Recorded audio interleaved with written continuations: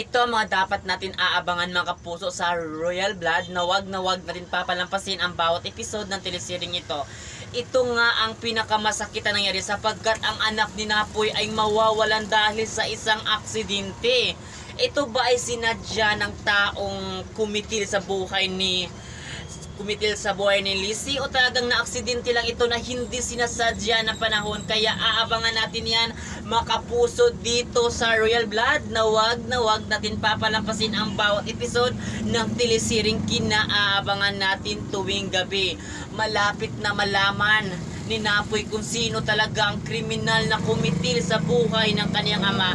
Pero ngayon, ito na ang bago na problema kung paano nga ba talaga siya makakamove on sa pagkamatay ng kaniyang anak na si Lizzy. Kaya aabangan natin ito mga kapuso sa Royal Blood na wag natin talaga ito papalampasin. Ito nga si Andrew, may hiniling ito kay Margaret na sinabi niya lahat gagawin niya dito kay Margaret para talaga ay magkabalikan. Ano kaya itong binigay ni Margaret na kondisyon para magkabalikan si Andrew? Ito ba talaga yung may kinalaman nga ba talaga itong mga request ni Margaret sa pagkamatay ng anak ni Napoy?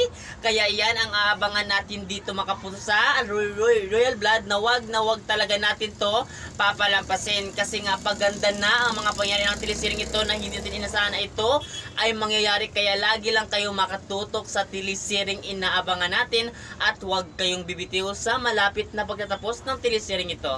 At yun lang makapuso, maraming salamat sa panonood sa telesering ito maging sa video ko na ito. Thank you!